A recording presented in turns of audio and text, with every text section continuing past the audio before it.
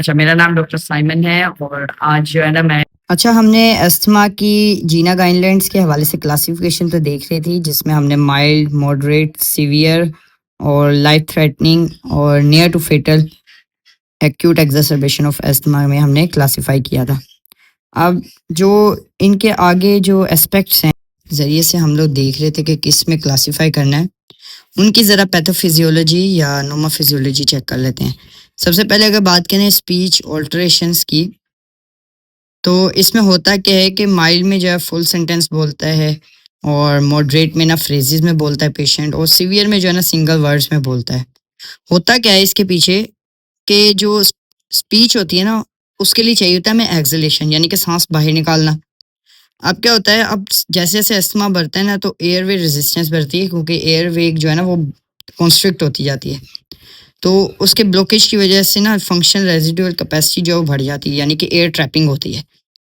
अब पेशेंट जो है ना इतना ब्रेथलेस हो जाता है कि वो जो सांस बाहर निकाल रहा है उसको वर्ड्स बनाने के यूज करने के बजाय वो जस्ट जल्दी जल्दी कोशिश करता है कि सांस बाहर निकले, तो भी वर्ड्स बोल ही नहीं पा रहा होता वो। तो हर रेस्पिरेशन की जो बेसिक साइकिल है ना, वो बस इस्तेमाल कर रहा होता है कि ज़्यादा से ज़्यादा गैस एक्सचेंज पॉसिबल हो सके, बजाय के वो वर्ड्स फॉर्म करे। अब अगर रेस्पिरेटरी रेट की अगर बात करें कि टेकिपनिया से पैराडॉक्सिकल ब्रेडिपनिया पे कैसे जाता है पेशेंट, तो जब सबसे पहले ट्रैकिपनिया होता है ना, यानी कि ग्रेटर देन 20 to 30 जो है ना वो respiratory rate, breath per minute. अब इसमें क्या होता है, जैसी एयरवे नैरोइंग होती है ना, तो हाइपोक्सीमिया डेवलप होता है। अब हाइपोक्सीमिया जो है ना कीमो रिसेप्टर्स को ट्रिगर करता है, जो कि कैरोटिड और एओर्टिक बॉडीज में होते हैं। इंट्रापल्मोनरी स्ट्रेच रिसेप्टर्स भी जो है ना वो भी ट्रिगर होते हैं, तो वो कंपनसेटरी रिफ्लेक्स भी स्टार्ट कर देते हैं। अब इन दोनों के जरिए से क्या होता है कि ब्रेन में रेस्पिरेटरी सेंटर्स जो है ना वो एक्टिवेट होते हैं और रेस्पिरेटरी ड्राइव बढ़ जाती है, तो पेशेंट जल्दी जल्दी और खींच खींच के सांस लेना शुरू कर देता है, तो वेंटिलेशन बढ़ जाती है इस प्रोसेस के जरिए से। ये पैराडॉक्सिकल ब्रेडिपनिया क्यों डेवलप होता है?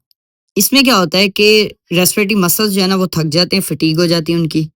ठीक है, दूसरा डायफ्राम और इंटरकोस्टल मसल्स भी जो है ना वो एग्जॉस्टेड हो जाते हैं, मसल सब वर्क कर करके, तो रेस्पिरेटरी रेट जो है ना फिर आहिस्ता आहिस्ता कम होना शुरू हो जाता है। शुरू में कम होना शुरू होता है, ये प्री टर्मिनल साइन होता है। फिर एक वक्त आता है रेस्पिरेटरी अरेस्ट में चला जाता है पेशेंट, यानी कि मसल्स बिल्कुल काम करना छोड़ देते हैं।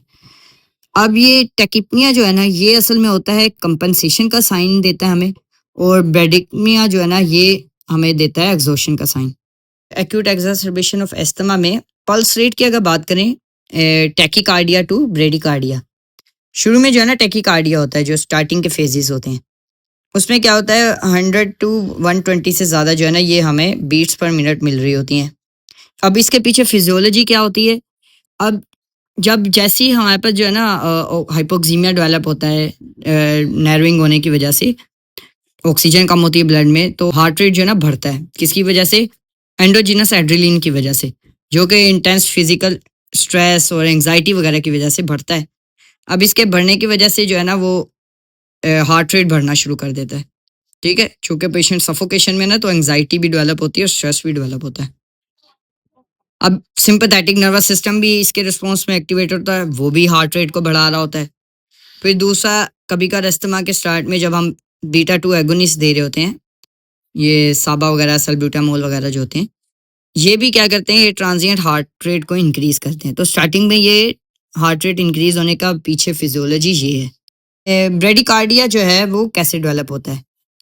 वो उसके पीछे जो फिजियोलॉजी है कि जब मायोकार्डियम बहुत देर तक वो काम करते रहते हैं, हार्ट रेट बढ़ा बढ़ा बढ़ा बढ़ा, तो एक वक्त आता है कि वो मजीद जो है ना टॉलरेट नहीं कर सकते हाइपोक्सिया को, क्योंकि सिर्फ बाकी बॉडी में ऑक्सीजन ही पहुंची, हार्ट तक, हार्ट के अपने तक भी जो है ना ऑक्सीजन पूरी नहीं पहुंची होती, तो उसको भी ऑक्सीजन चाहिए काम के लिए।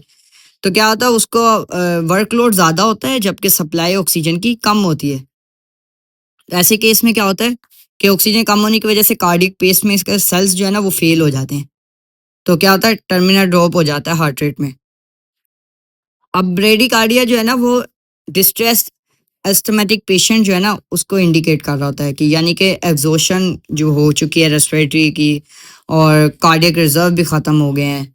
ठीक है, ये एक साइन होता है कि पेशेंट जो है ना काफ़ी ज़्यादा जो है ना रेस्पिरेशन की ड्राइव कर चुका है, कंपनसेशन के लिए जो है ना बड़ा काम कर चुका है, जब हार्ट रेट भी कम होना शुरू हो जाता है।